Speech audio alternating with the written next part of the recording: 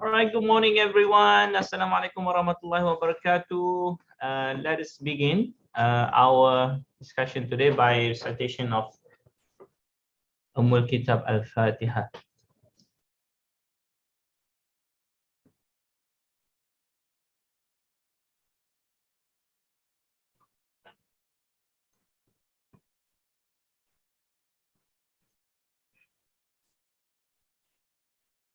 All right, I think everyone is on the line now, but please don't forget to log into your attendance using the same link that we have provided last time. And maybe Dr. Atlif is on his way, but never mind. I think we just proceed with the discussion, and we already gave you the trigger one last time. And maybe you want to share the screen.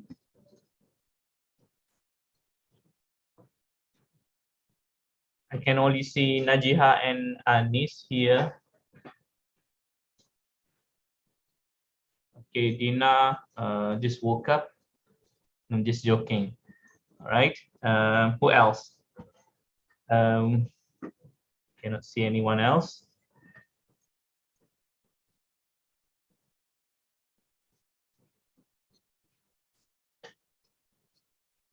Okay. Zarifah is playing with the cats. Azim, okay. Good, you can see only your eyes. Who else we have here? Azmir, you fasting today? No, no, okay. Wafa, yes, can see you now. Okay, who else?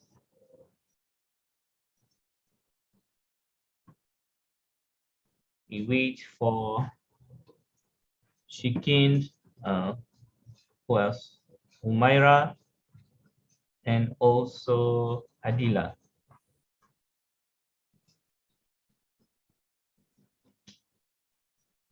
All right, so on behalf of today's, I think this 12th of May, I would like to wish all of you, all the nurses, Selamat Hari Jururawat Sedunia. And happy International Nurses Day for this year. Thank you, Doctor. No problem. And today is very special for you. It's time to appreciate your efforts in the hospital, taking care lots of people, saving people's life, and this is a noble responsibility. And I think Kuliah of Nursing also wishes you the same thing for today. Your sacrifices and also your responsibilities already given to serve the community, the best service to the community, you know, is priceless. We can never pay it back. So this is very a noble thing to do, and I hope you can gain lots of rewards from this work in the future or till now. Okay, since now you have already started with your contribution. Okay, Ustaz Azim already getting ready there. Humaira, we're waiting for Humaira, Adila, and Shikin to turn on the camera if they are ready. But in the meantime, you can always share the screen and we can see and start the discussion. If you're not started yet, let us begin by recitation of Kitab Al-Fatiha.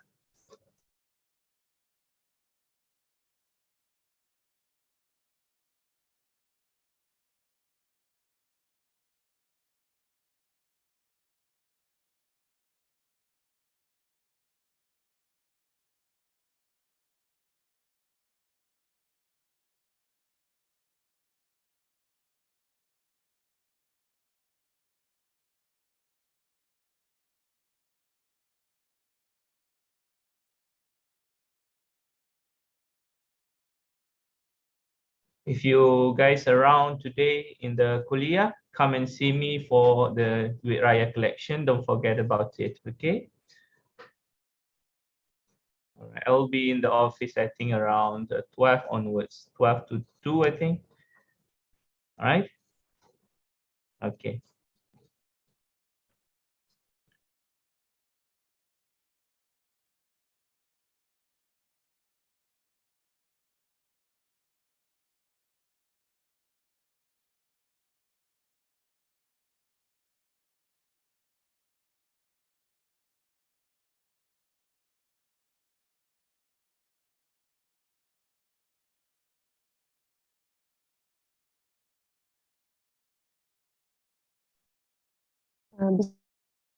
Bismillahirrahmanirrahim. So, Assalamualaikum warahmatullahi wabarakatuh. Everyone can see my slide. My filler chart. Yes. Okay, so first we start with the filler chart. So for the fact, for this trigger, PBL9 trigger 1. So as we know that the patient is Mr. ID and he is a male. And he is he is a 65-year-old, which is he is an older people. He is a pensioner and working as a taxi driver before, and also she comes to the ED department for having shortness of breath, lethargy and confusion. And upon assessment, he has puffy face, high blood pressure and swelling legs. So for the idea or the possible diagnosis, so we choose three systems, which is the cardiovascular system, respiratory system, and the genital urinary system. So for the cardiovascular system, which is the congestive heart failure, respiratory system, acute pulmonary edema, genital urinary system, chronic kidney disease, and glomerulonephritis. So for the learning issue for today, we will discuss about the anatomy and physiology of etiology and ecology of each possible diagnosis for each disease, and risk factor and signs symptom of possible diagnosis for each disease. And for the action plan is to study the anatomy and physiology for each system involved, to discuss the pathophysiology and etiology of each disease, and to investigate the risk factor and signs symptom of each disease.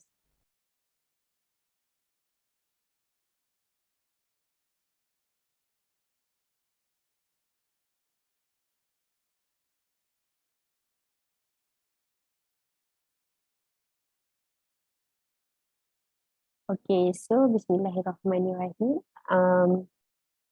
For PBL1 trigger 1,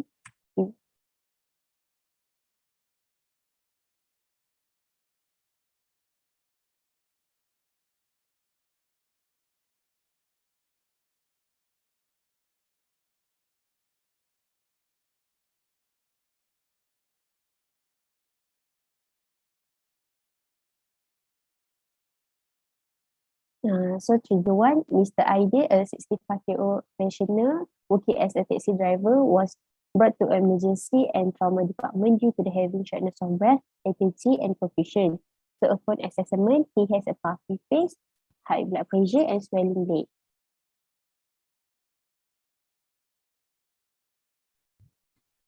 Okay, so first we focus on the cardiovascular system. Okay, next slide. Okay, so the heart function is to move the blood throughout the body. So the heart is located between the two lungs. It lies left of the middle of the chest. And the structure of the heart is a muscle about the size of beef, roughly cone shape, 12 cm long, 9 cm across the broader spine, and about 9 cm thick. The pericardium is a fibrous covering which wraps around the whole heart. It holds the heart in place but allows it to move as it beats. The wall of the heart made up of a special type of muscle called cardiac muscle.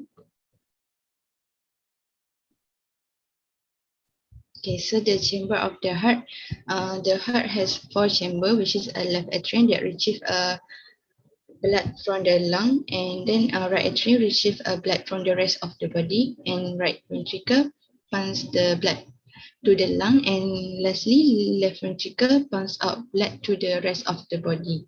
And then valve are fibrous plates of tissue found between the heart chambers and in the blood vessel. They are like gate which prevent bad flow of the blood. So the valve between the atria and ventricle are known as the right and left atrioventricular valve, or known as the tricuspid and mitral valve respectively. Valve between the ventricle and the great arteries are known as the semilunar valve. The aortic valve is found at the base of the aorta, while the pulmonary valve is found at the base of the pulmonary trunk. Okay, next.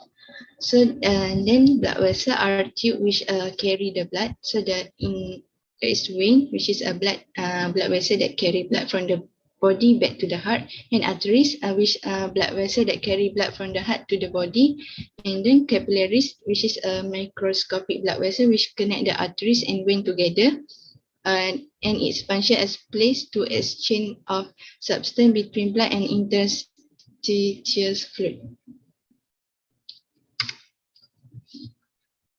Okay, so there is four main blood vessels, which firstly, aorta, which oxygenated blood is pumped at the heart pressure from the heart to the body, and pulmonary artery, which carry the oxygenated blood from the heart to the lung, and vena cava, where the return the oxygenated blood to the heart, and lastly, pulmonary vein, which return the oxygenated blood to the heart. Okay. So this is the conductive system of the heart. The sinoatrial node, the depolarization wave is initiated by the sinoatrial node, and then the wave successfully pass through the atriomyocardium. The depolarization wave then spread to the atrioventricular node, and then the atria contract, and then it then pass rapidly through the AV bundle. The wave then continue on through the right and left bundle branch. After that, it went to the Purkinje fibers in the ventricular walls, resulting in a contraction that eject blood leaving the heart. Okay, so there is two circulatory system, which is pulmonary circulation, that blood move between the heart and the lung. It transfer the oxygenated blood to the lung to absorb oxygen and release carbon dioxide. The oxygenated blood then flow back to the heart. For the systemic circulation, it move blood between the heart and the rest of the body. It send oxygenated blood out to cell and return the oxygenated blood back to the heart.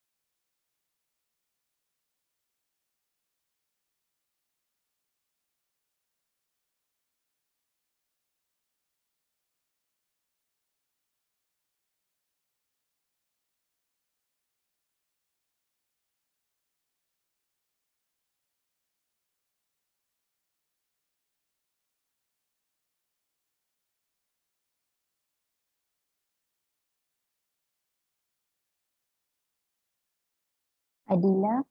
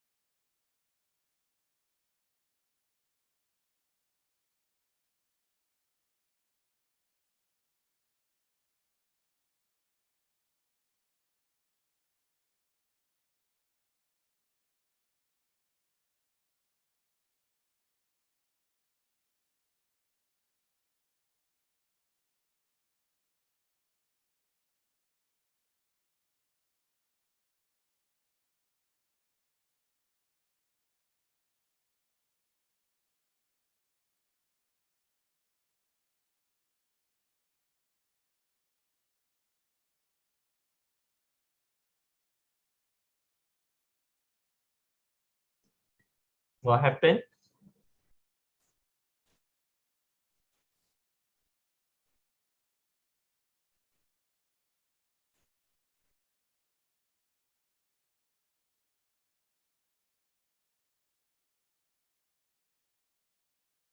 I think the presenter is having a technical problem. What problem? Okay, sorry, Doctor. Okay, for the pathophysiology of the congestive heart failure, basically congestive heart failure is the problem with the heart muscle that it cannot pump the blood as well as it should. So any condition that can cause this will cause the congestive heart failure. So let's look at the factor how we measure the how good the heart will pump the blood throughout the body. First is we look at the cardiac output. Output is measured by the heart rate and stroke volume. So first we look at the stroke volume. There are factors which contribute in the good stroke volume. For the first one is cardiac preload, cardiac contractility, and cardiac afterload. So the increase in cardiac preload and cardiac contractility will produce a good stroke volume and increase the cardiac output. For the cardiac afterload, it should be reduced to produce the high stroke volume, thus the high cardiac output. So any disease that cause the lower the cardiac preload or lower contractility of the heart or increase the cardiac afterload will reduce the stroke volume and reduce the cardiac output. For example, ischemic heart disease or myocardial infarction, or as well pericarditis or increase in blood pressure can lead to these factors to reduce the performance of the heart. Okay, so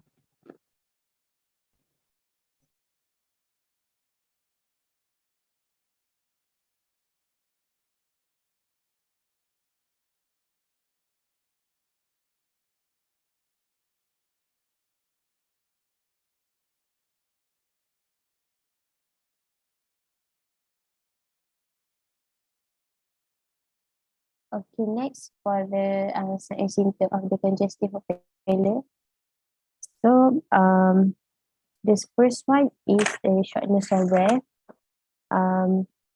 The shortness of breath happen when the heart muscles doesn't pump the blood efficiently. So the blood often backups the fluid, backups and fluid go back into the lungs.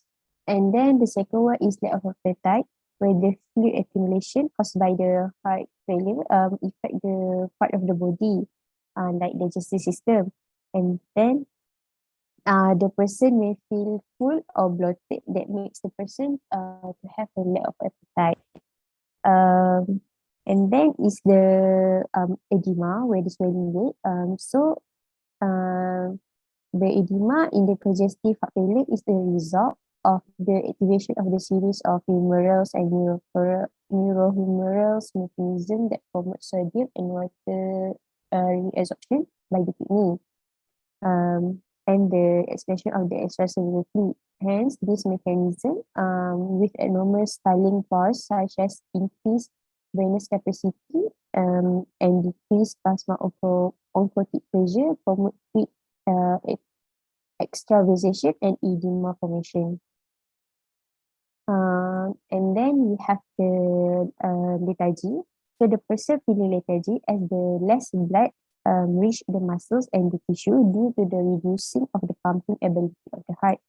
And then the patient will have the tachycardia as the person cannot pump properly. So the heart need to pump faster to make up the loss of the pumping activity. And then the patient may experience confusion where there is a changing levels of certain substance in the blood, such as sodium, that can cause confusion. And then for For the tachycardic, what is the heart rate? sorry, doctor. Tachycardic people, their heart rate will be Basically, tachycardic people usually are above 100 beat per minute. Then we consider them as a tachycardic. okay. Previous slide.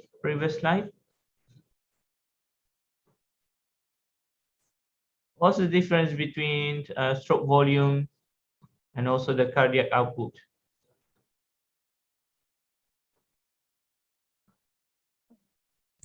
Stroke volume, the amount of blood the heart pump, and the cardiac output is the overall blood pump, the heart pump. Not the heart, it's the ventricle. The ventricle Yes. is the row here. Okay. Okay. And the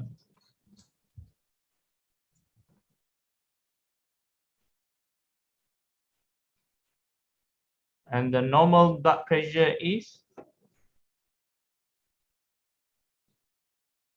180 or 120 over 80.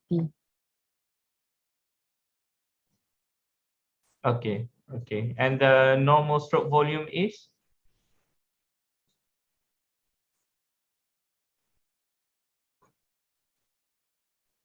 Half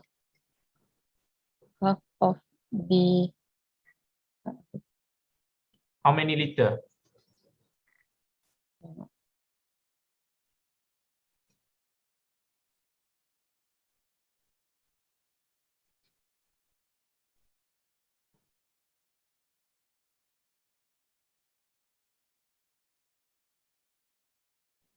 Total amount of blood can accommodate your ventricle before it passes through the whole system. What is the normal volume?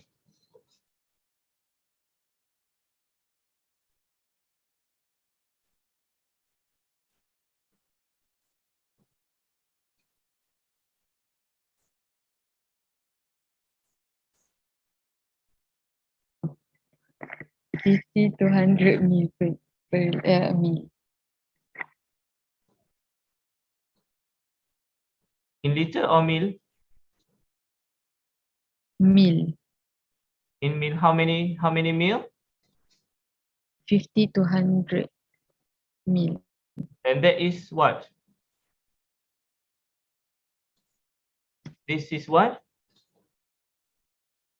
That is Are you sure? It's 50 to 100, you're gonna die.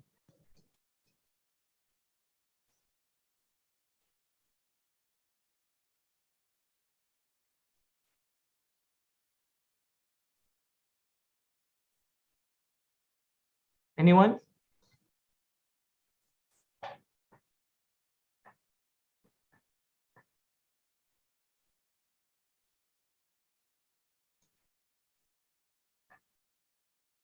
Azim, you found anything?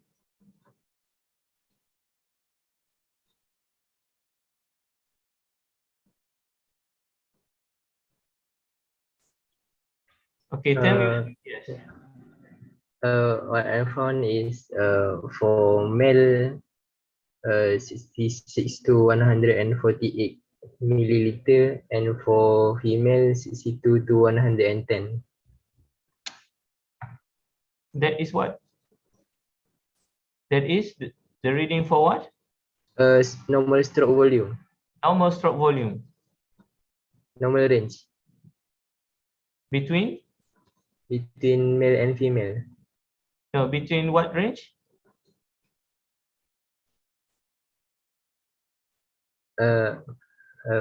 Sorry, doctor. From what is the normal range? Again, 66 to 148. 56 to 148. Okay. How about the cardiac output?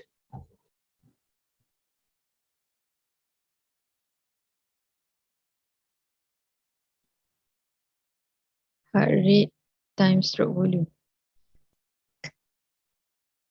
Okay, so assume that the heart rate is normal, maybe 75 beats per minute.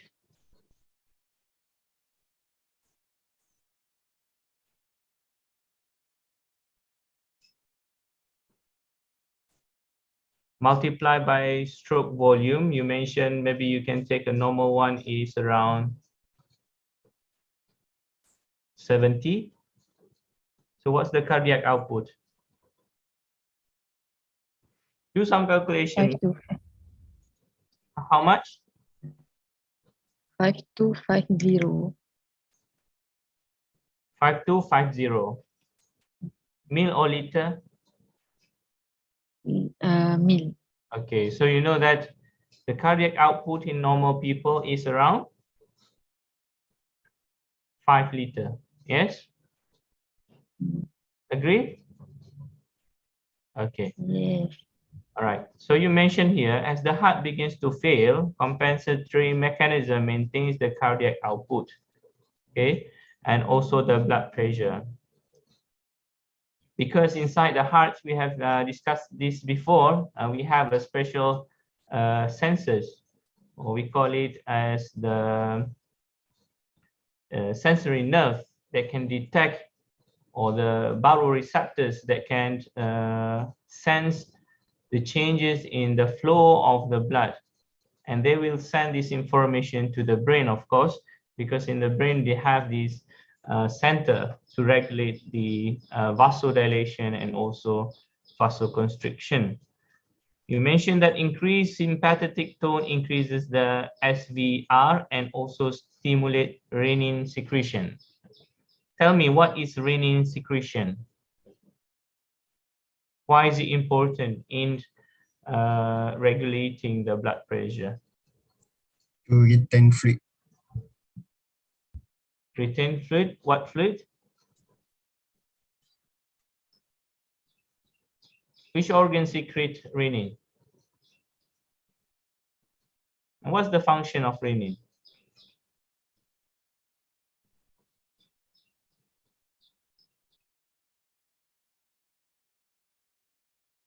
The kidney produce the renin. Okay, you say the kidney produce the renin, and what does it do in the system? It function in the renin angiotensin system, RAS system. Okay, so they will enter the RAS system, as I mentioned earlier. So it all starts with the heart. This is the relation we want to see. They have this axis. The link is here. Okay, so when the sympathetic nerve is increased, okay, it stimulates the kidney to produce these enzymes. We call it renin, and this type of protein is important for what? For telling the body to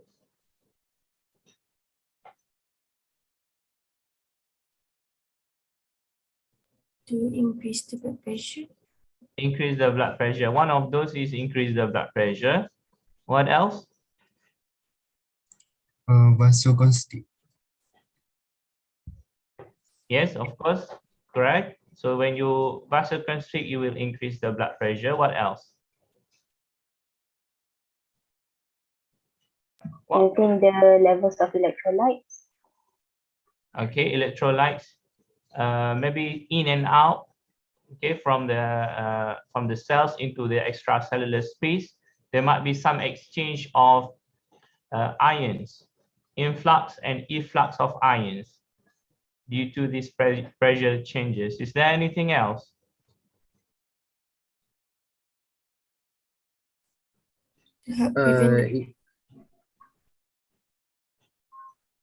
Yes? Regulate the water absorption. Water, very good. So water, electrolytes, two different things. The most important is the water. Okay, very good. What else?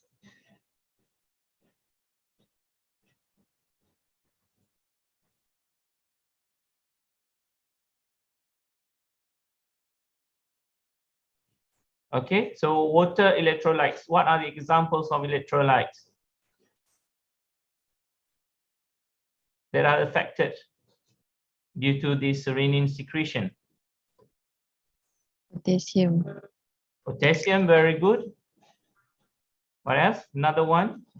Sodium. Sodium. Okay, so these three players is very important when you want to talk about the renin secretion: the water, sodium, potassium, and some books they put calcium also important. And most of the time, calcium mostly related or play their roles in the pumping of the heart. Okay, but also we can see that increase in the efflux of calcium inside the kidney. Okay, so are you going to discuss the RAS system after this, or you don't include in your slides? Because I cannot see based on your slides that you have sent out. Did you send it to us? Do you discuss the RAS system? If I'm not mistaken, for this this trigger, we do not have a specific slide to discuss about the RAS system. Did I mention you to prepare the RAS system last time?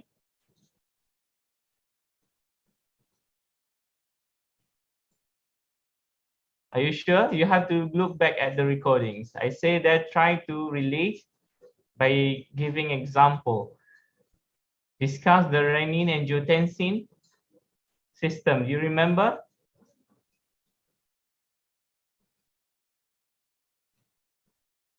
No. Okay, now tell me, what is RAS system? RAS system is renin angiotensin aldosterone system. Okay, what does it do? Okay, so first, some factors will cause the juxtaglomerular apparatus to secrete renin. So the function of renin is to convert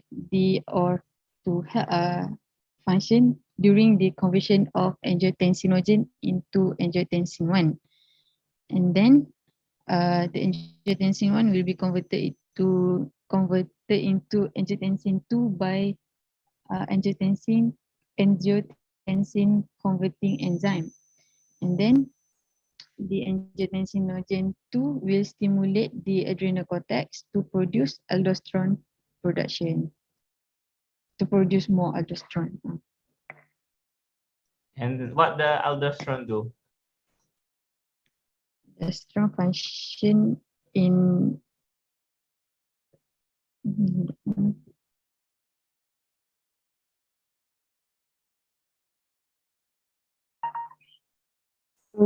Aldosterone act on the kidneys to stimulate the reabsorption of the salt and water.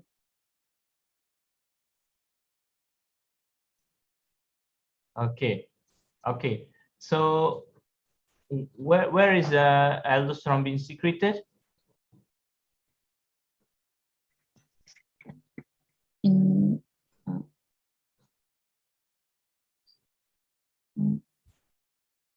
by the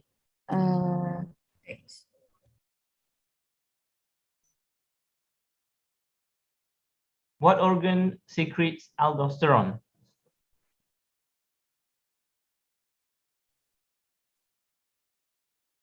Just a basic question, no need to stress out. So this is very basic anatomy and also physiology.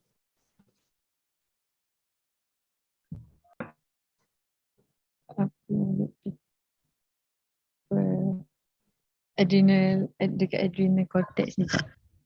Adrenal? Cortex. No, it's the adrenal gland. Adrenal gland. Okay, so where is the adrenal gland?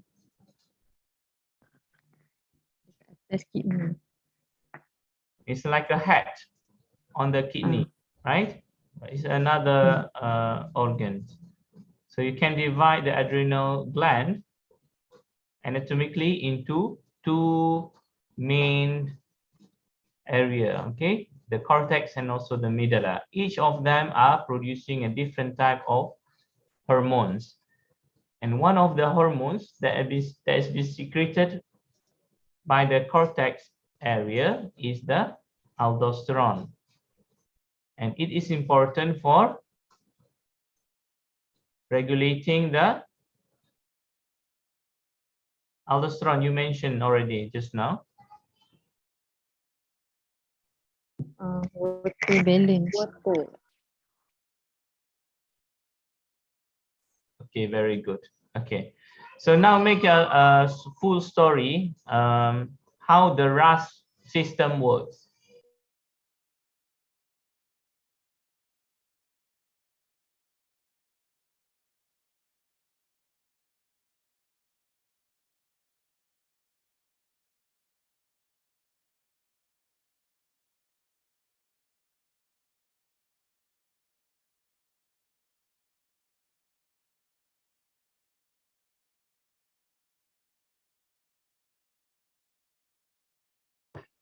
Okay, everyone. Okay, so the increase in renin production. Okay, the increase in renin production will cause increase in aldosterone production. So aldosterone. No, you mentioned just now the conversion of what? Renin functions to convert what to what? Okay, renin function to convert angiotensinogen into angiotensin 1. Okay, correct. And then what happens? Angiotensin 1 into angiotensin 2 by angiotensin converting enzyme. And then Very cause good. the stimulation of adrenal cortex to produce aldosterone. Okay, and then aldosterone will? Regulate the water balance. Yes, very good. So there's not much thing in the RAS system. Actually, it's very simple. No need to think like this is a difficult one. This is the relation between the heart and the kidney, how the body regulates the water balance or the electrolyte balance inside your body. Okay, failure to have this renin secreted, you will have some buildup of the fluid inside the kidney. Okay, this is one of the things. This is the most important thing. And you see that the renin functions to convert angiotensinogen to angiotensin 1. Okay, one step. Okay, the second step is conversion of angiotensin 1 to angiotensin 2 by the ACE, angiotensin converting enzyme. Okay, and in the clinic, in the hospital, we commonly use these ACE inhibitors. Why? We want to inhibit the conversion of angiotensin 1 to angiotensin 2. Because if you don't inhibit it, what will happen? Blood pressure increase. Yes, so you want to reduce the blood pressure by using the ACE inhibitors.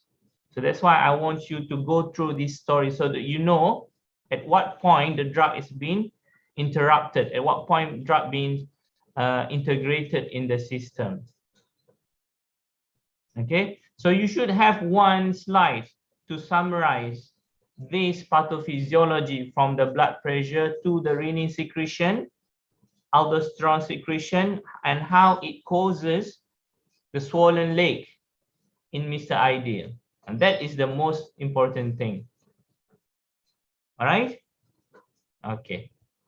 We can move on now.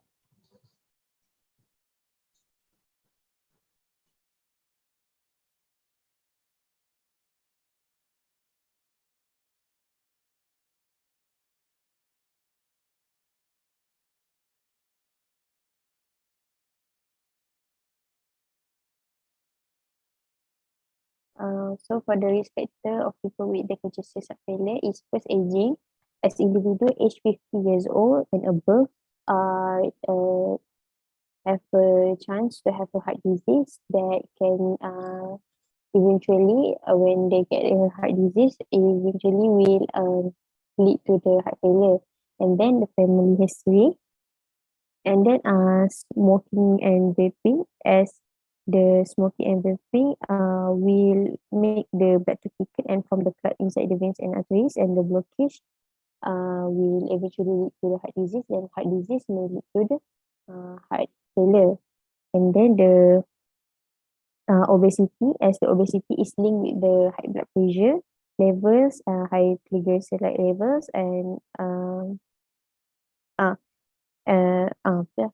And then the diabetes, as the diabetes can damage the blood vessels because the body cannot use the sugar properly, and then when there is the um, accumulation of the sugar, so they will stick to the blood cells and build up in the blood and can damage the vessels that carry the blood, and also lead to the heart disease, and that eventually lead to the heart failure. And also lack of the physical activity also can lead to the heart disease that eventually will lead to the heart failure.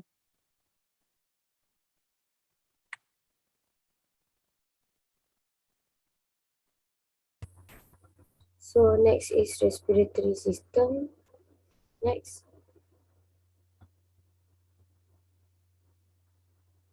So the lungs are a major organ of the respiratory system. It is divided into three lobes. The right lungs have three lobes and it is slightly larger than the left lung, while the left lung has two lobes. The lungs are separated from the abdominal cavity by the diaphragm. The diaphragm is a large dome-shaped muscle that contracts and relaxes during breathing. Next. The respiratory tract consists of two main parts, which is the upper respiratory tract, includes the nose, nasal cavity, pharynx, and larynx, and lower respiratory tract includes the trachea, bronchi, and alveoli. The trachea begins at the edge of larynx, and it is divided into two bronchi and into the alveoli, tubules, and branches into the lungs and form the airway passage. There are tiny hairs, which is called cilia, that lines the bronchi. It moves back and forth in an ongoing motion like waves. There is also mucus on top of the cilia. The wave-like motion functions in moving foreign objects like bacteria and viruses out of the lungs. The alveoli is the final part of the bronchioles, which consists of thousands of tiny air sacs and surrounded by blood capillaries. The alveoli is the site for gases exchange. Next. There are three phases of breathing. The first phase, which is inspiration, begins during inhalation. The diaphragm and some of the muscles between the ribs contract to increase the chest volume, causes air to enter the lungs. The second phase, or post-inspiration, begins during exhalation by relaxing the diaphragm and rib muscles, which causes air to slowly leave the lungs. Lastly, the third phase, or active expiration, this is where the other muscles contract to actively push air out of the lungs.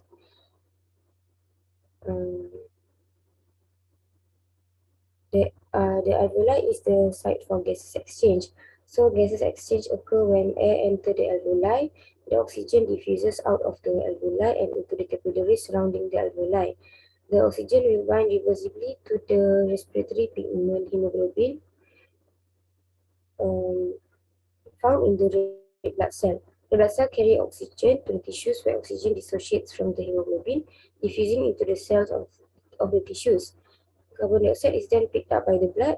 The carbon dioxide is then carried back to the lungs and released into the alveoli. During exhalation, carbon dioxide is expelled from the bronchi out through the trachea.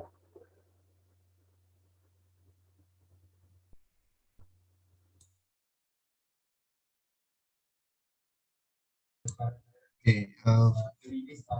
For the possible diagnosis is acute pulmonary edema is accumulation of fluid in the lung parenchyma leading to impact gases exchange between air in the alveoli and pulmonary capillaries. So based on the previous pathophysiology, the renal agenesis system has increased salt and fluid retention, which initially increased payload and diastolic value and system systemic systolic volume, and therefore cardiac output via the fast-stalling mechanism. But over time leads to cardiac dilatation and reduction in contractility and cardiac output, together with congestion of the pulmonary and systemic veins with associated tissue edema. So as alveolar edema increases, diffusion of oxygen into the pulmonary capillaries is impaired, which manifests as dyspnea. And venous return to the already congested heart and lung increase when the patients lie flat, which manifests as autopnea and paroxysmal nocturnal dyspnea. Then pulmonary edema can be precipitated by sudden increase in payload, which is volume overload of fluid retention, decrease in contractility, which is caused by ischemia, infarction, arrhythmia, valvular failure, cardiomyopathy or DARTs, and increase in afterload, which is systemic or pulmonary hypertension or direct damage to the lung themselves. So for the etiology, for the cardiogenic pulmonary edema, the first one is coronary artery disease. Over time, the arteries that supply blood to the heart muscle can become narrow from fatty deposit or plaques. A slow narrowing of the coronary arteries make the left ventricle weak. Sometimes a blood clot forms in one of these narrow arteries, blocking blood flow and damaging part of the heart muscle, resulting in a heart attack. So a damaged heart muscle can no longer pump as well as it should. The second one is cardiomyopathy. These terms mean heart muscle damage. The heart has to pump harder and pressures go up. The heart may be unable to respond to conditions that require it to work harder, such as exercise, infection, or rise in blood pressure. So when the left ventricle can keep up with the demands that are placed on it, fluid will back up into the lungs. The one is heart valve problem.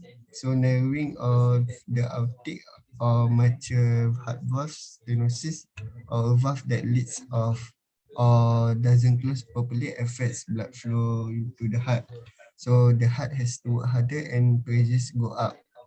If valve leakage develops suddenly, someone may develop sudden and severe pulmonary edema.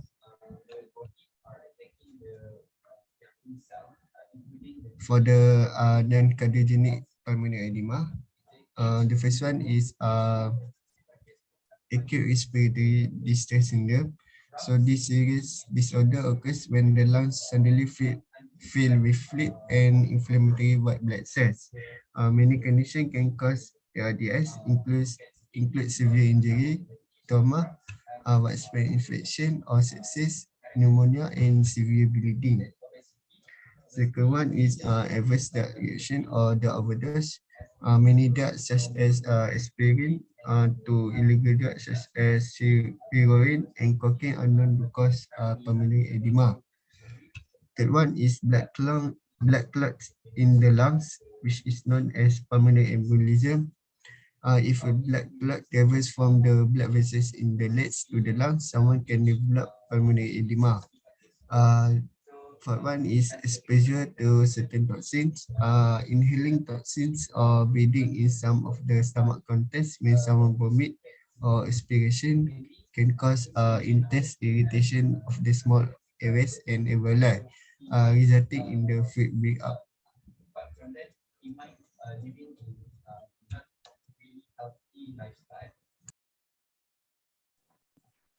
Okay, so next, the sign symptom of the pulmonary edema. So the first one is dyspnea, as pulmonary edema is a condition caused by the excess fluids in the lungs. This fluid will collect in the numerous assets in the lung, which making the person difficult to breathe. Next, the swelling legs. If a person heart stop working effectively, the fluid retention can arise from this, and this will cause the swelling in the lower limbs. Next, the fatigue, and it is due to the poor blood supply to the body's tissue. And next, the rapid weight gain. Swelling of fluid buildup usually will cause weight gain. And last one is the tachycardia. So for those with pulmonary edema, the lungs begin to fill up with fluid instead of air, which resulting in the heart palpitation, and it is usually coexist with pulmonary edema in chronic heart failure. Next. Next, the risk factor for the acute pulmonary edema. So the first one is the heart failure, and it occurs when the heart muscle doesn't pump blood as well as it should, and the risk of the blood often backups and fluid can build up in the lungs. Next, the diabetes. Diabetes can cause the endogenous fluid shift that may contribute to the cause of pulmonary edema. And the last one is the hypertension. When disease overwork the left ventricle, it will cause the left ventricle can't pump out enough of the blood it gets from the lung. It will cause the pressure in the heart go up, and the increased pressure which will push fluid through the blood vessels wall into the air sacs. Next.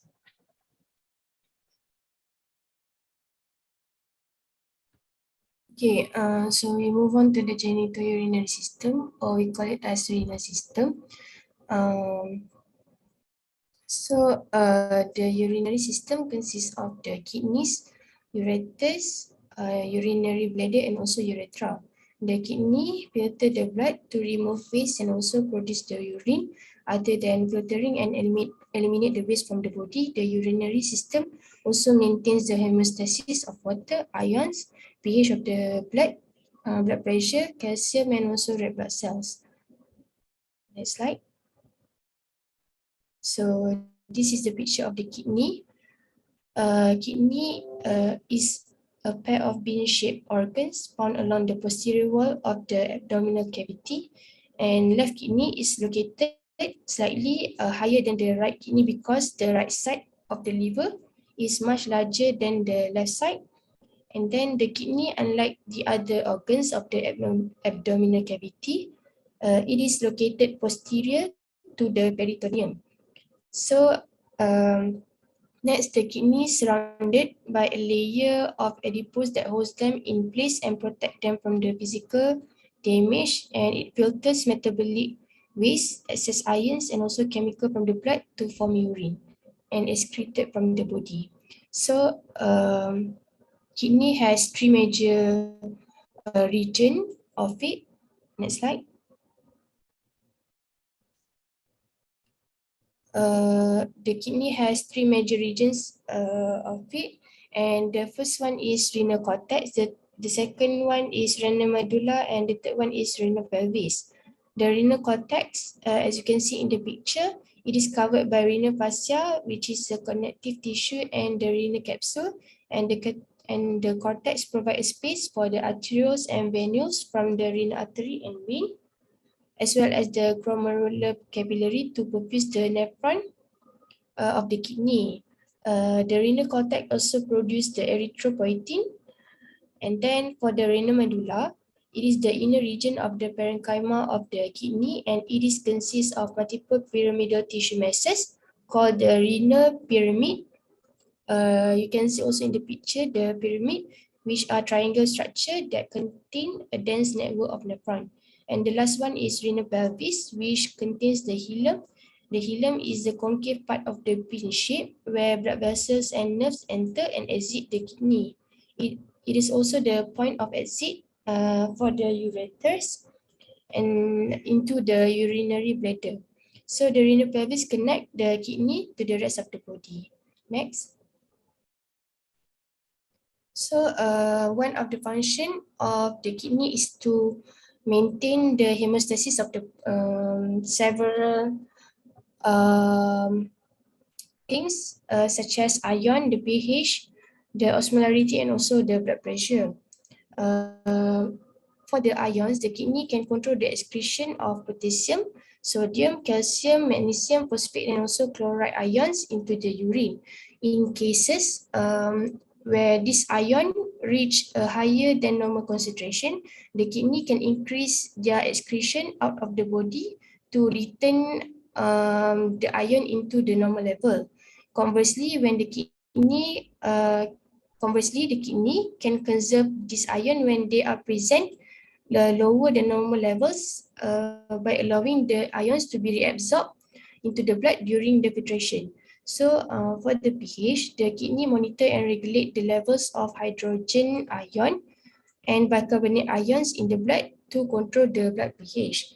So the hydrogen ion are produced as a natural byproduct of the metabolism of dietary proteins, and it can accumulate in the blood over time. The kidney excrete the excess hydrogen ion just now into urine for elimination from the body. The kidney can also conserve the bicarbonate ion, which act as an important pH buffers in the blood. For the osmolarity, the kidney maintain the body's osmotic balance by controlling the amount of water that is filtered out of the blood and excreted into the urine. When a person consumes a large amount of fluid or water, the kidneys reduce the absorption of water to allow excess water being removed or excreted throughout out of the body, and then through urine, and this will result in the production of dilute and watery urine. In the case of the body being dehydrated, the kidney reabsorb as much water as possible into the blood and to produce high concentrated urine full of excreted ions and waste. So the changes in excretion of water are controlled by antidiuretic hormone, where it is produced in the hypothalamus and released by the posterior pituitary gland to help the body retain the water. And the last one is the blood pressure. When blood pressure is elevated, the kidney can help to reduce blood pressure by reducing the volume of blood in the body. So the kidney able to reduce blood volume in the body by the reabsorption of water into the blood, producing watery and dilute urine. When the blood pressure becomes too low in a person, the kidney can produce the enzyme renin. The enzyme is renin to constrict the blood vessels and produce the concentrated urine, which allow more water to remain in the blood. Next slide. So people with hypertension, they urinate more or urinate less? They will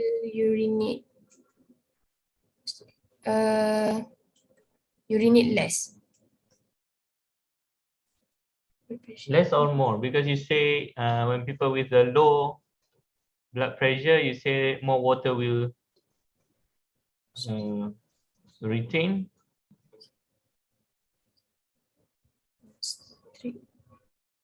In a people with high blood pressure, right, doctor?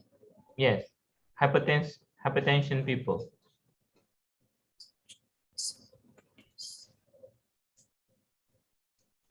The blood vessel will constrict or dilate.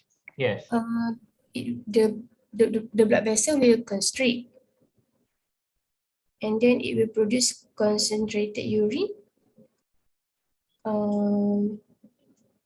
So the patient will produce concentrated urine. Less The urine output is more or less, increase or decrease?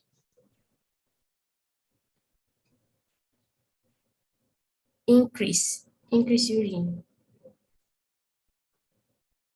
Sekejap. For hypertensive people, anyone can help Shikin. Tell me whether the urine output, the final one, is increased or decreased in hypertension or hypertensive patient. Sorry, doctor, the patient will produce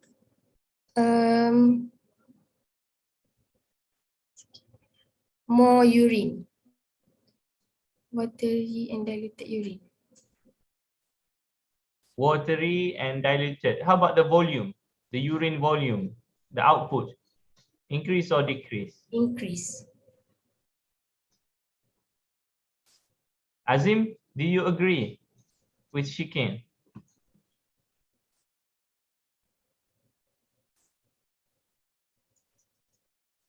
The kidney able to reduce the blood volume. So if a patient with hypertensive, the kidney will reduce blood volume and produce watery and diluted urine. I think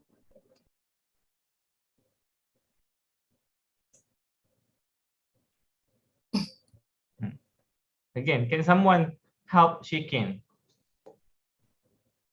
Please, in the hypertensive people only, what will happen? Because we were talking about the homeostasis, so must be some regulation and controlling the amount of water, you say.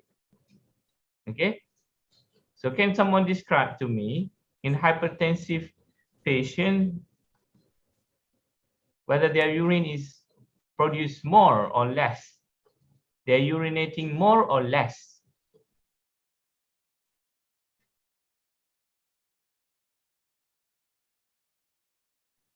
Dia ada kaitan dengan aldosterone production yang regulate K plus excretion tu ke doktor?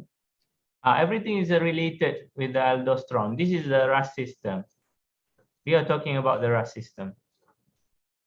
Okay, so when blood pressure increase, more renin is being secreted and then increase the aldosterone. So the aldosterone will increase the K plus secretion, meaning that the K plus is being secreted into the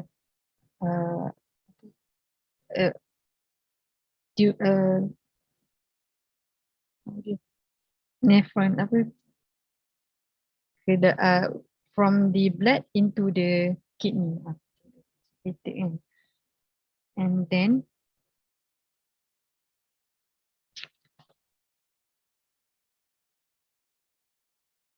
the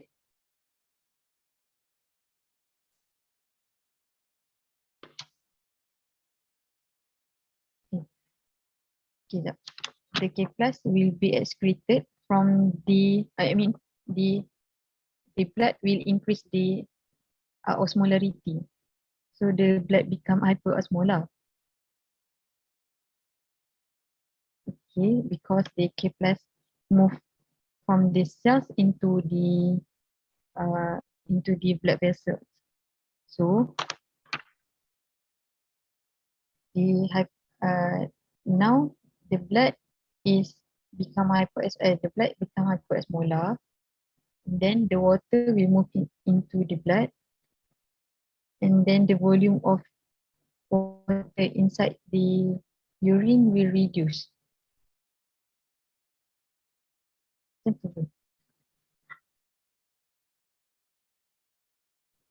So you say reduce, less urine. Less urine. So we have too much help here. Humaira, what do you say? I think people with hypertension will have less urine but frequent to urinate.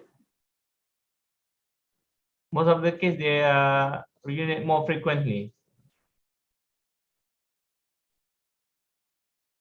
Maybe. Maybe? Maybe frequent urinate at night. That one is more related to diabetic.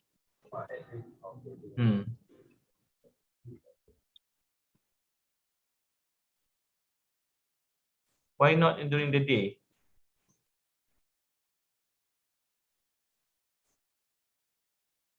So how to solve these issues?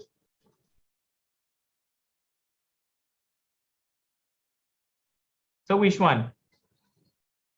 Which one, everyone? Which one? This is very simple one.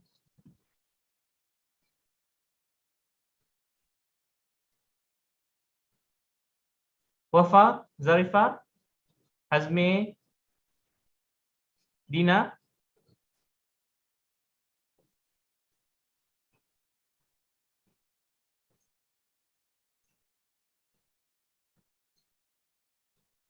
Anything?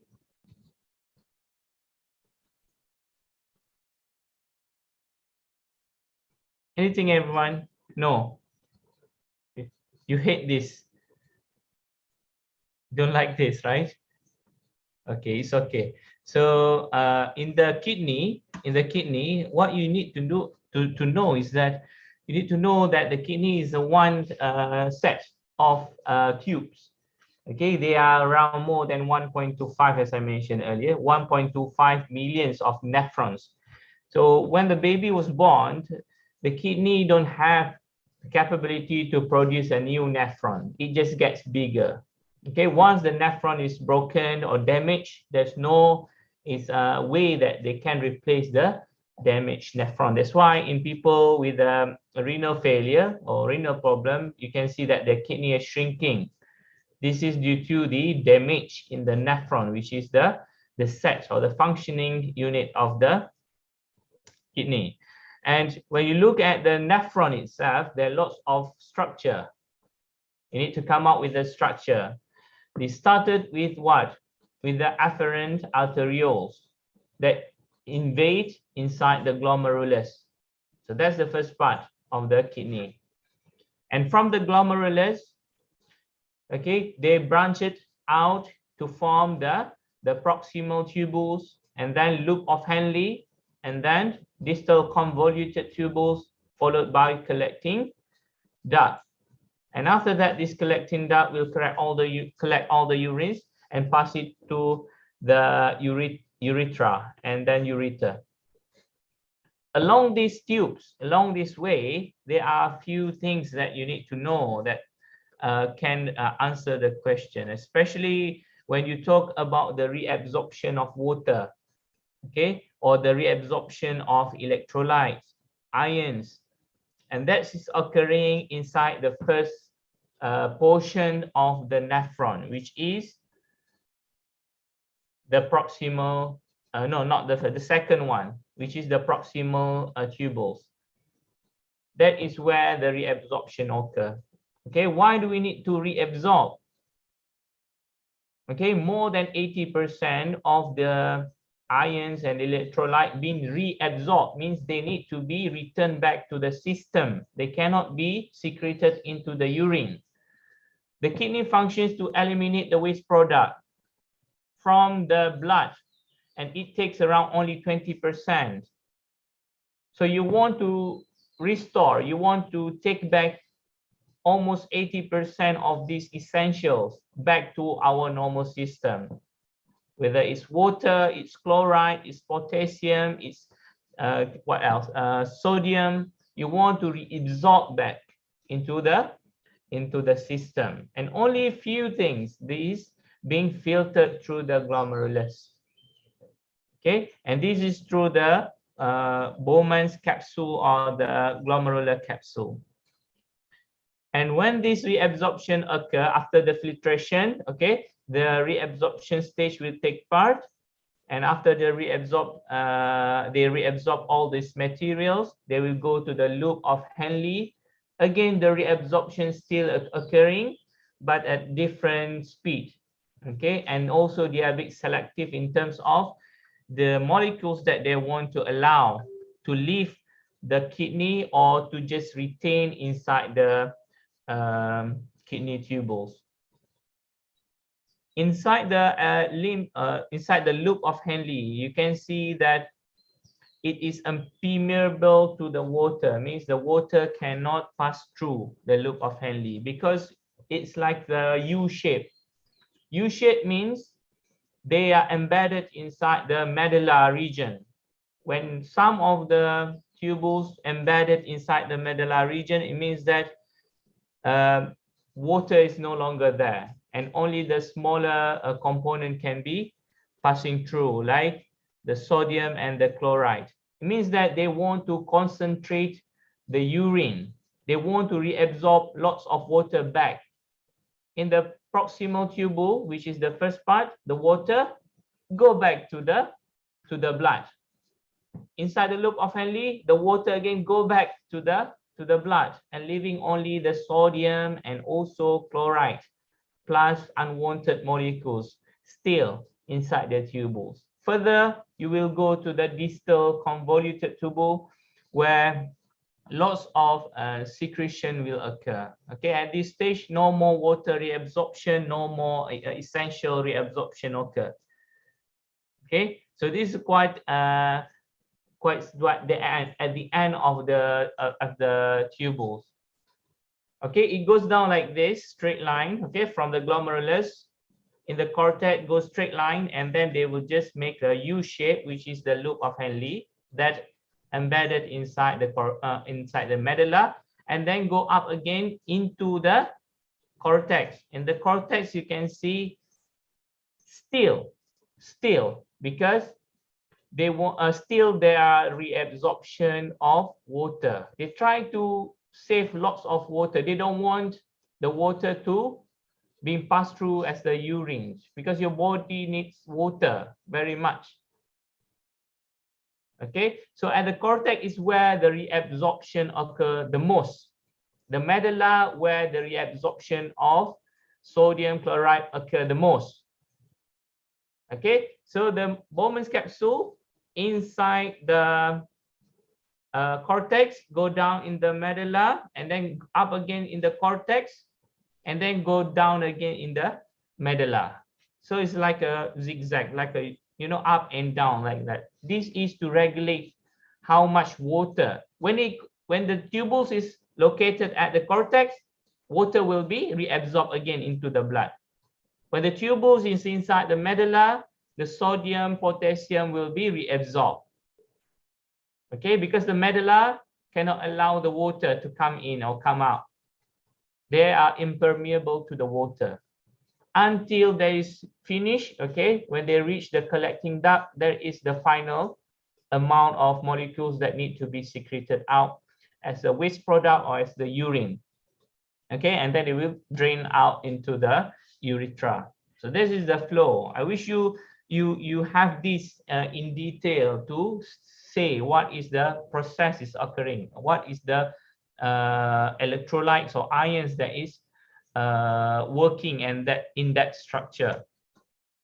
In relation to the question just now in the hypertension people, okay, what happened to the hypertension people? To answer this question, of course, you need to understand the RAS system and also the ADH, okay, the antidiuretic hormone. Another, some books they call it vasopressin, the same thing. Okay, so the ADH being secreted by the posterior pituitary in response to the dehydration. So when you want to talk about the hypertension, you need to relate to the vessel constriction. Okay, heart and also the vessel. When you talk about the hypertension.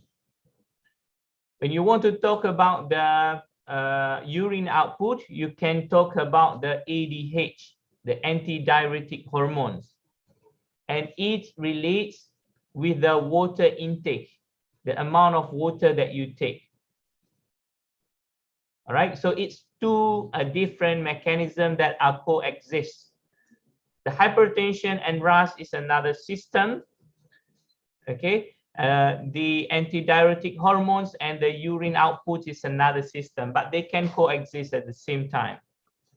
Just imagine, and when you are dehydrated, during the fasting, for example. Of course, as I mentioned, there are receptors that can detect it. Okay, there are also many osmoreceptors in the hypothalamus. So these osmoreceptors in the hypothalamus, they can produce, or they can stimulate the production of this hormone ADH or not. Okay. So in people with dehydration, the ADH will increase. Okay. ADH hormone will increase and they will act on the kidney to increase water reabsorption. Increased water reabsorption at the proximal tubule makes there is less water being excreted. So you don't want it to be loose. Okay, you don't want to lose the water. And this occur, we call it the negative feedback correction. If you are having or taking lots of water, then of course you will excrete more urine. So this is the negative feedback mechanism. Okay, just to highlight the two different processes.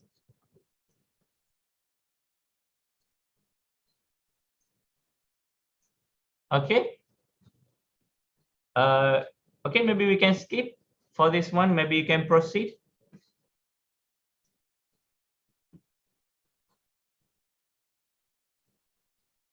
Okay, you can skip this one because I already mentioned the filtration and everything.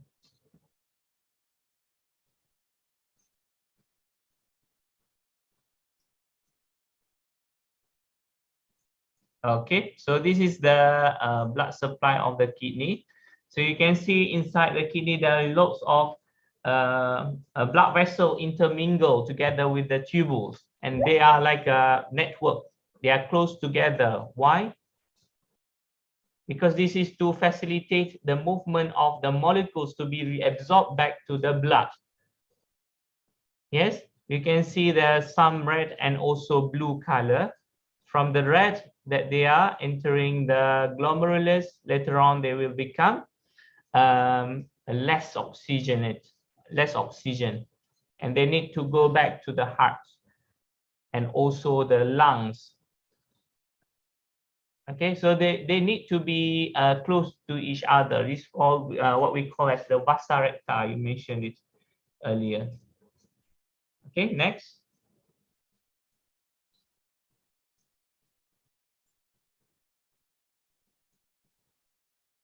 Okay, so this is only the, yeah, maybe you want to discuss a bit on this. Okay, thank you, Doctor.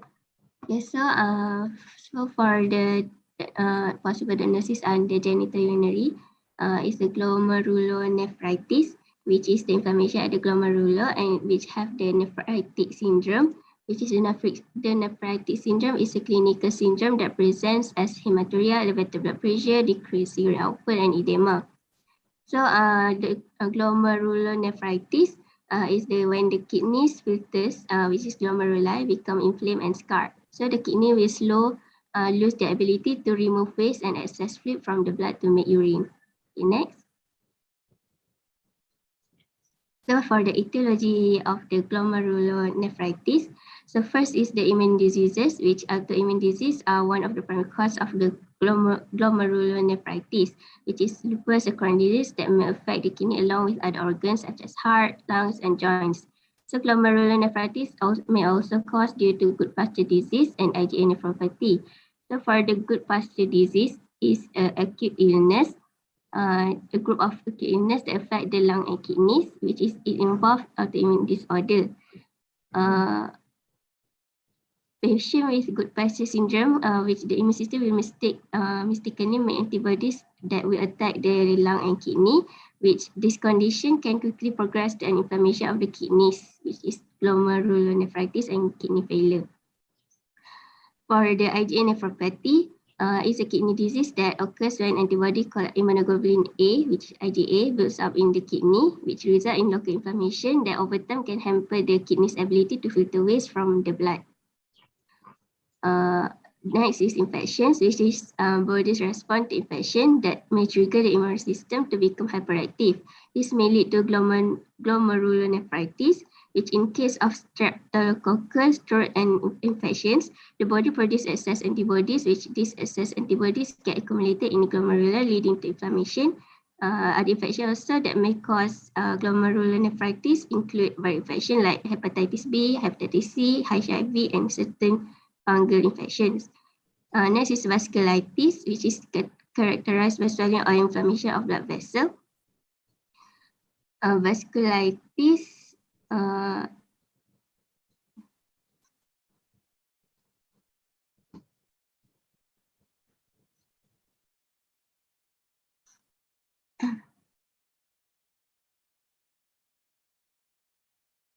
next is medications, which glomerulonephritis may also cause due to adverse effect of certain medications such as NSAID, which is like ibuprofen. Next is genetic. Glomerulonephritis may run in families, and also idiopathic glomerulonephritis, which in some cases the exact cause of glomerulonephritis remains unknown. Okay, next. So the pathophysiology of the glomerulonephritis, which is due to any etiological factor, the antigen substance will release to the circulation that can, which is when the antibody will form and there is a formation of antigen and antibody complex in the glomerulus that can cause inflammatory response. So when this happens, there is a proliferation of epithelial cells lining the glomerulus, and also the leukocyte will infiltrate the glomerulus, which can thickening the glomerular filtration membrane. When this happens, it can cause carrier and loss of glomerular filtration membrane and decrease the glomerular filtration rate. So for the GFR, the normal GFR is which is more than 90. Okay, next. Okay, next is the sign and symptom for the glomerulonephritis. So the first one is hematuria and proteinuria. So hematuria is bloody urine, and the protein is urine which high protein in it. So hematuria happen when the the kidney is damaged. So resulting the passage of red blood cell in the urinary space, while the proteinuria, when the glomeruli remove waste, it enters urine and they absorb the protein. And if the kidney functioning properly, the protein will leak into the urine. So the other symptom is high blood pressure. So patient with glomerulonephritis have hypertension primarily due to sodium retention and leading to the fluid overload. And this also has relation with the RAS system, and this will increase the blood pressure.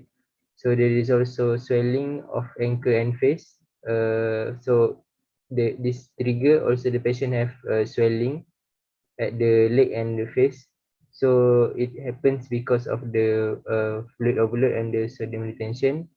And the next one is frequent nighttime urination.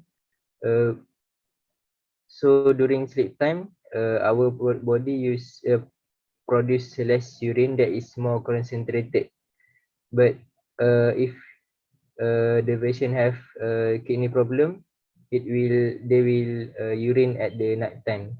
And the last one is very bubble or foaming urine. Okay, next.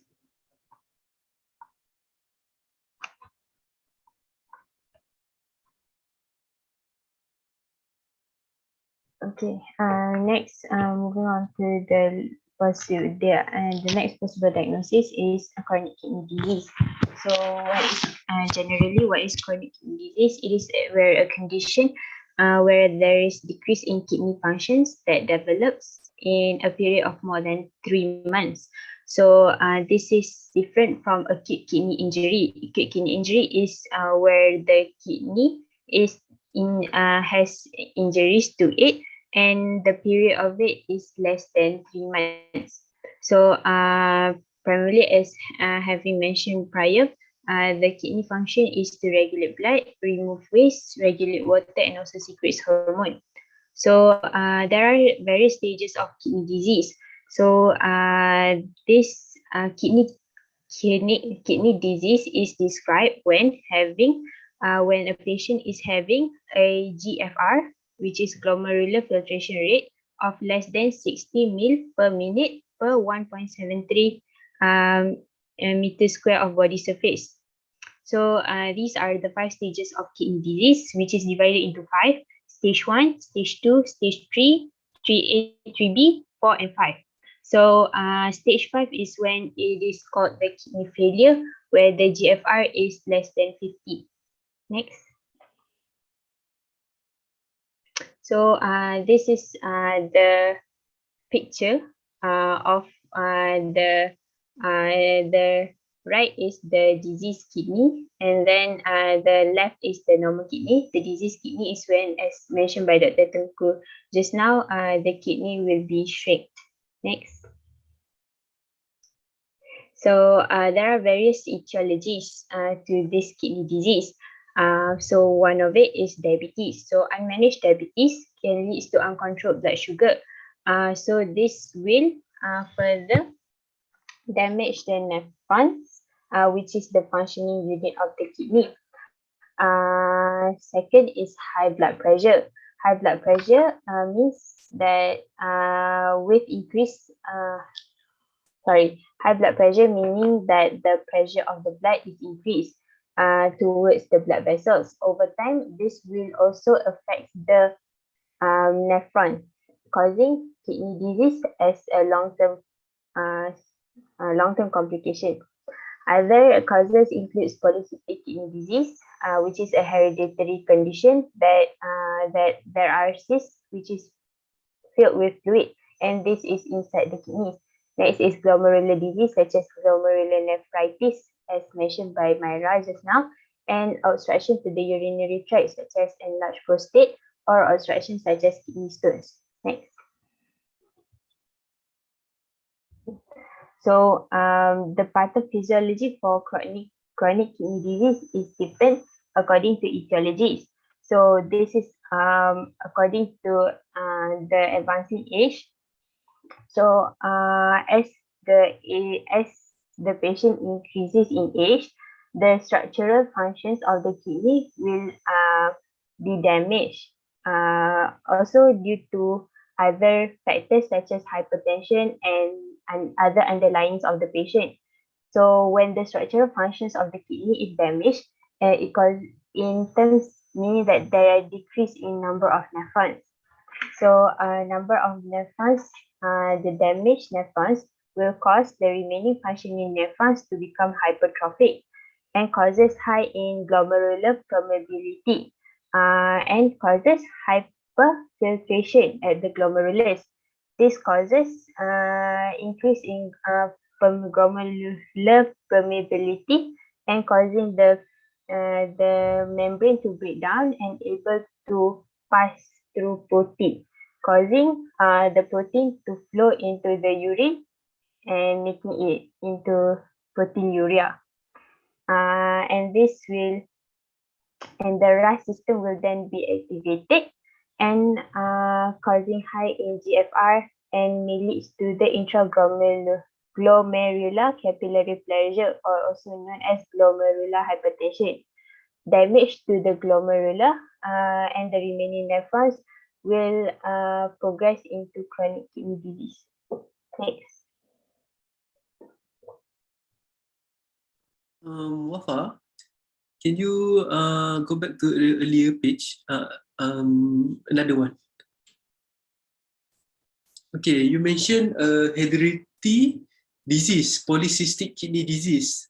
What the other common hereditary disease for kidney? Yeah.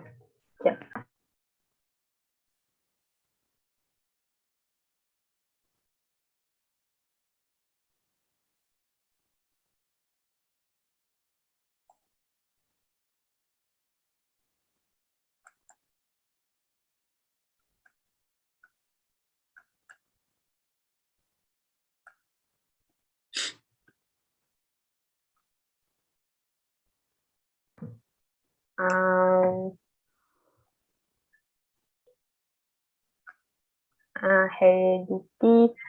I'm not sure.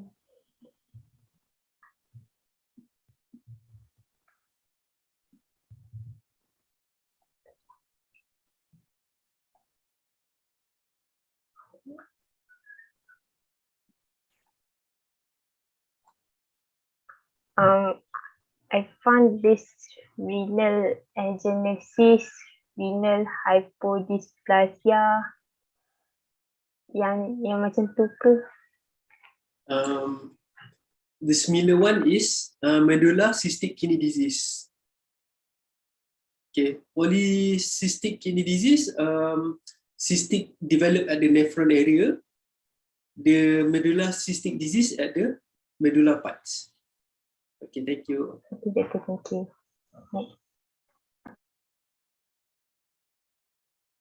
And the research has found that the mutation that occur in the DNA, some part of the DNA, can cause these cystic kidney features.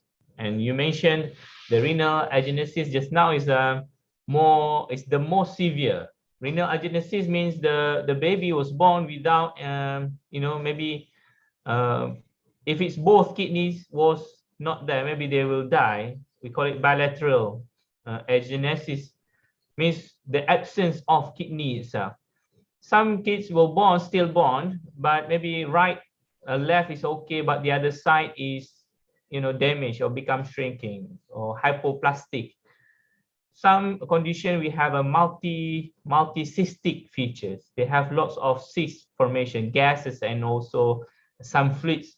And this is we call it some eco kidneys, if I'm not mistaken. Means if you do the scanning, you can see there's a bright area showing these lots of cystic features emerging from the kidney. So the renal agenesis is the most severe and going to the more milder kidneys diseases. Yeah, and this is all these due to the heterozygous mutation, means one allele is affected, the other one is okay. If both alleles of the DNA is affected or homozygous, they will die immediately. Okay, we can continue. Okay, for the sign and symptom for chronic kidney disease, so it's somehow similar to the other kidney disease such as glomerulonephritis. However, in the CKD, I just want to focus in the shortness of breath, because the trigger mentioned that Mr. ID left shortness of breath. So this is because the fluids build up in the lungs. And also Mr. ID have lethargic. So this is because of there may be that toxin in the blood that can be filtered by the kidney. So it causes the lethargic for the Mr. ID. Okay, next. Okay, this is the reference.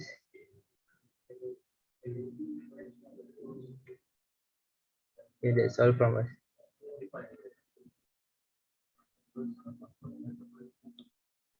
Doctor, may I ask a question? Yes, you can ask any question you want to ask. Okay, so regarding the explanation of the kidney before that you just explained, so I just want to know that if the patient hypertension, so the urine being secreted, it is low.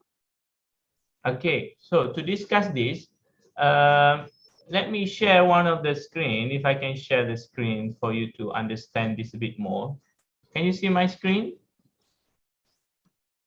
Yes, okay, so this is the sympathetic effect when you want to relieve the hypertension condition. Go to the one, just imagine the exercise one is increasing your blood pressure, okay?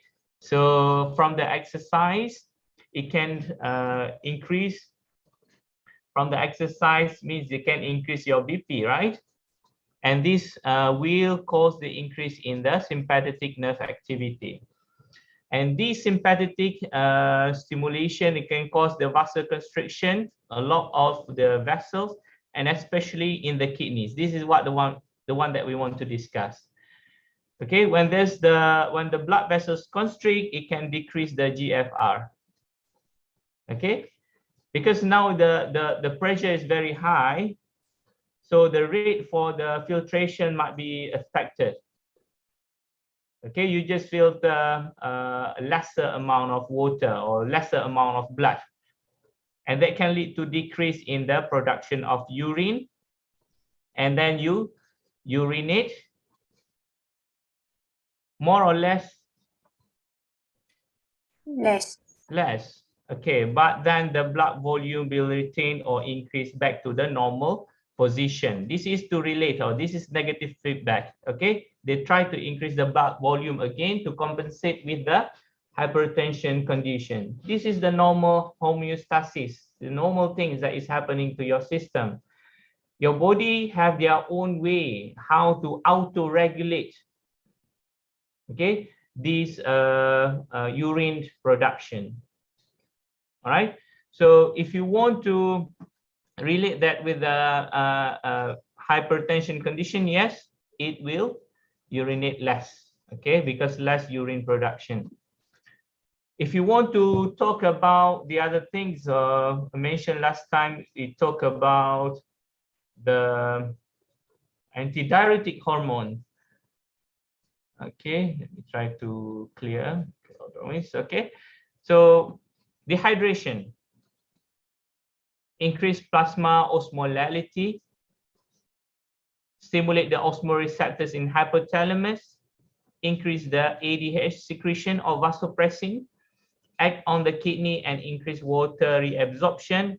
So less water is excreted in the urine, means they retain most of the water in your system because you are in the dehydration state. If you're less water, if your kidney keep on, if you keep on urinating, what left? Okay, what things are left? Maybe just bones. Okay, you don't want bones. We want everything. So in the case of overhydration, on the other hand, so this is the negative feedback corrections. If you drink more water, of course, you will urinate more. Okay, the urine volume will become more. So these two different mechanisms. When you want to talk or to relate the hypertension with the kidney, go to the RAS system, sympathetic. Okay, but if you want to see or more relate with the water, or with the dehydration state, with the thirst, with the diabetes, maybe you want to also relate with the antidiuretic hormones. Okay, the vasopressin. These both mechanism is true. It means you can choose any of those. But if you want to relate with the cardiac, you have to integrate the RAS. That's the most important one. Did I answer the question, Najiha? Yes, doctor. Thank you. Okay, but I think we still not in a good position where we can say anything with Mr. Adi. Maybe Dr. Alif, maybe, or Dr. Azina want to maybe say something or share something what the student needs in order for to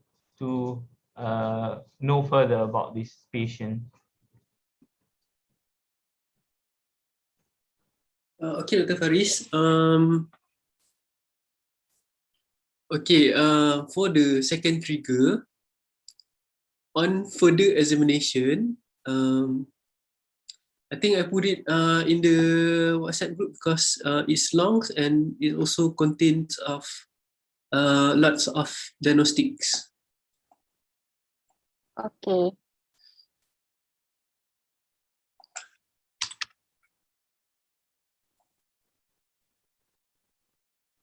Okay.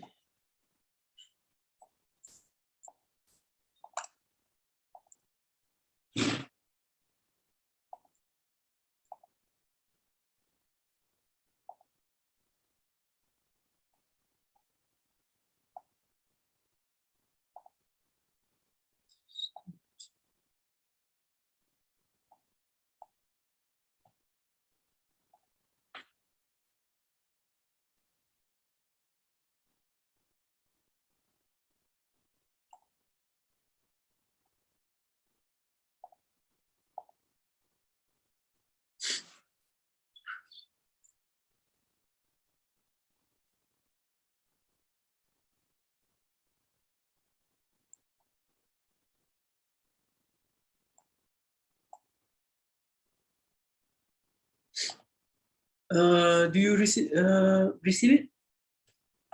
Yes, doctor.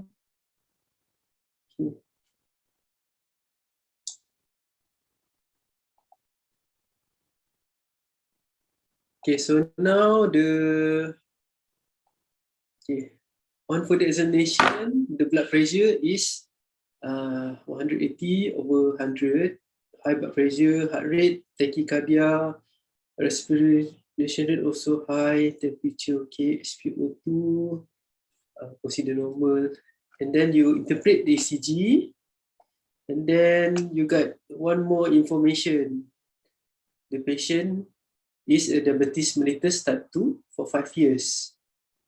Okay, his wife mentioned that he has been consuming dubious traditional health supplement for online shop for about 6 months to reduce blood glucose level.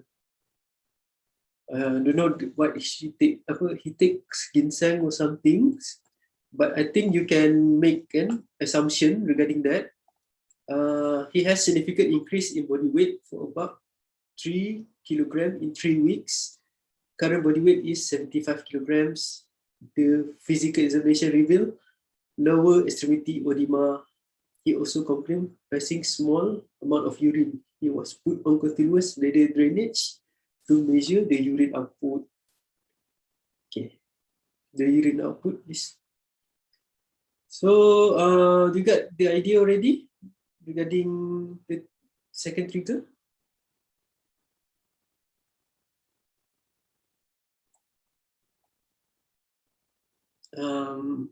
So I think you already got the idea regarding the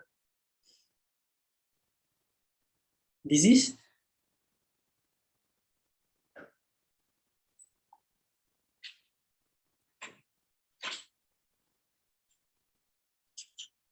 Okay. For the next session,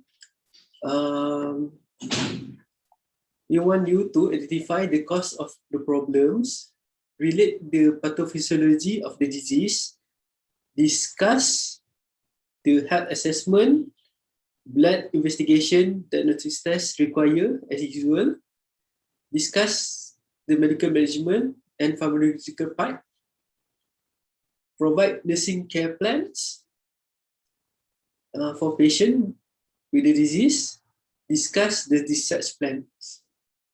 So from the trigger, from the second trigger, so you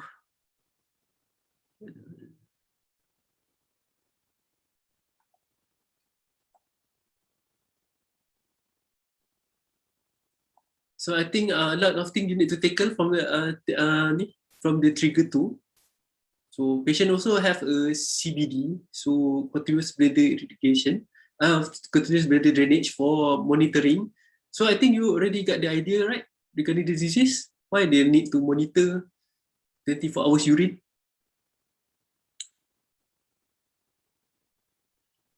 Because the low urine output. Why low urine output? And then the patient also got diabetic and also take online ginseng. Probably low urine output due to low GFR. So maybe any kidney disease, maybe that might cause the low urine output. So this is probably due to patient having diabetes mellitus and taking iron supplements. I think the trigger 2 is obvious, right? Because of the edema, increase of weight gains. So you also, for the trigger 1, lethargy, confusion. So for the sick diagnosis, generally, you have a lot to cover here. ADL, lethargy, confusion, fluid volume,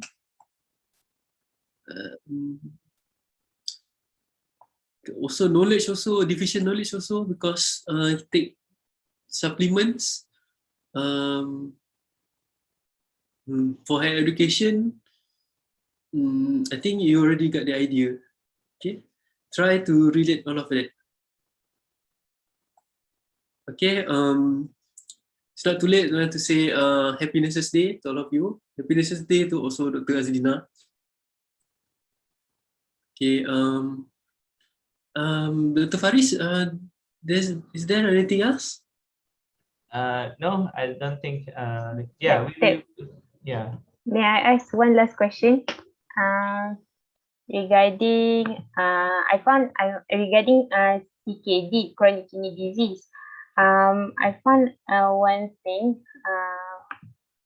It mentioned about upon having high glomerular permeability, so there will be high filtration of protein, which are lost in the urine. So proteinuria. And then it mentioned about upon having proteinuria, there is going to be the activation of RAS. I don't quite get how it activates the RAS system. Is it the same as you mentioned just now regarding the blood pressure, or how? Again, the question again, Wafa? Kan tadi yang kita discuss tadi dengan doktor pasal RAS more relates dengan blood pressure and urine output. But then ada lagi satu yang saya jumpa which is dia punya etiology dia is reduced in nephron punya function. So akan increase the glomerular punya permeability causing proteinuria. So and then it causes activation of the RAS. Dia punya pathophysiology of causing the RAS sama ke dengan yang menyebabkan activation of RAS waktu low blood pressure untuk increasekan balik blood pressure tu? Faham ke soalan tadi? Maksudnya nak tahu yang kat mana dia start. Maksudnya dia start dengan hypertension. Yes. It's always start with the cardiovascular, with the blood pressure lah. Kalau kita kata with the blood pressure. Because sebab yang kidney tu dia tempat untuk kita filter. Jadi dia kan duduk bawah dan dia last untuk excrete the function dia. Dan kalau ada problem dalam vessel ya, blood vessels, dia akan affect yang afferent arterioles yang masuk dalam glomerular tu.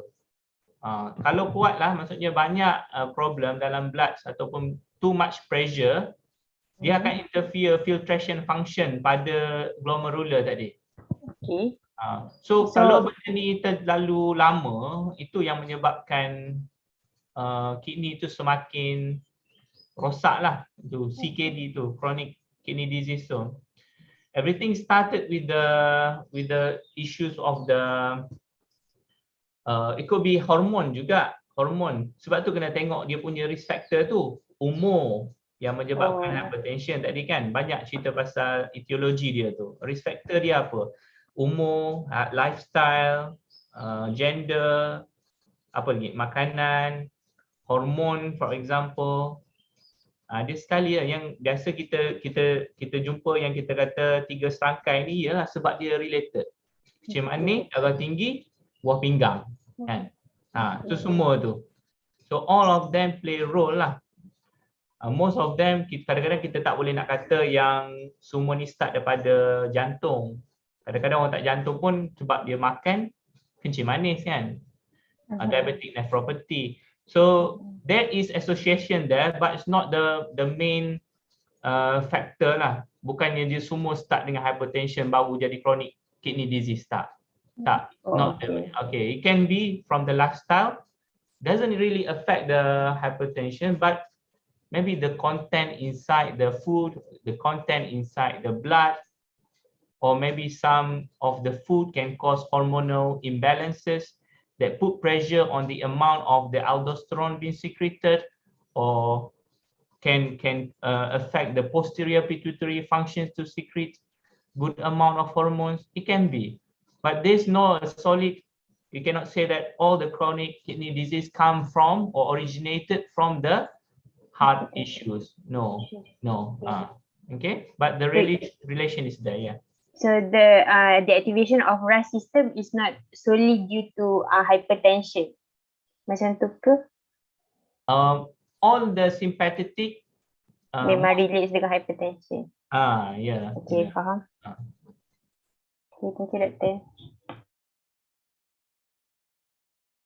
Because this is the stimulation of vasoconstriction when you are activating the sympathetic, okay, not the parasympathetic. Parasympathetic dia inhibit balik.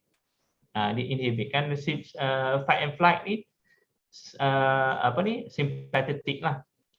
So you exercise, you doing, or in case of emergency, so all these are activating the system. Betul kalau nak exam contoh, you are increasing heart rate, okay, blood pressure, there's stress apa semua, dan you tend to urinate more. Why do you think? Because you see just now the relation is, you know, we urinate less during exercise. But why during examination you feel the urge to urinate more? So they are involving another system. So this is not the only system that can regulate the amount of water being excreted. No. Okay. That's why we need to see case by case. What are the things that is affected in the patient? Maybe they have another problems, they have another issues. Always look at the risk factors. Always look at the patient itself. How old are they? What are the drugs? You mentioned, Dr. Alif already mentioned or share with you. You know, this guy, Mr. Idea, you know, been consuming dubious traditional health supplements. Ni ambil ubat tanpa prescription doktor, suka hati je. So that can be contribute to the worst case. So we have to go case by case, look at their history, and then before you go to the conclusion.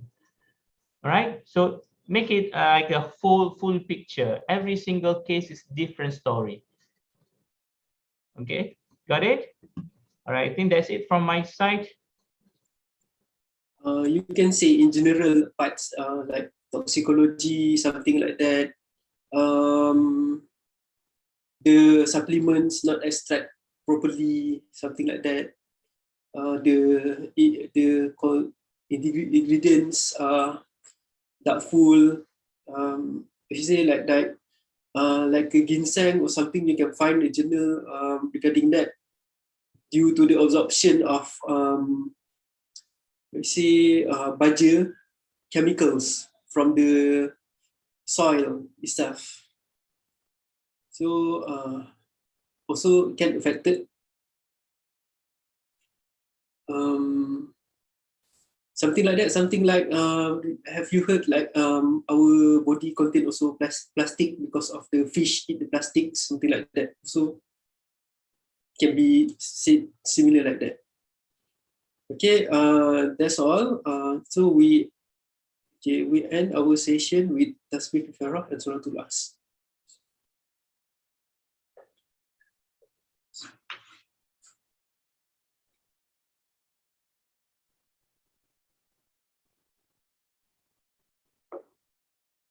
Okay, are you coming for the interbatch games?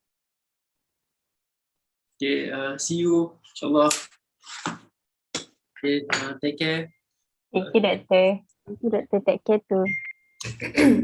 Thank you, Doctor. Thank you, Doctor.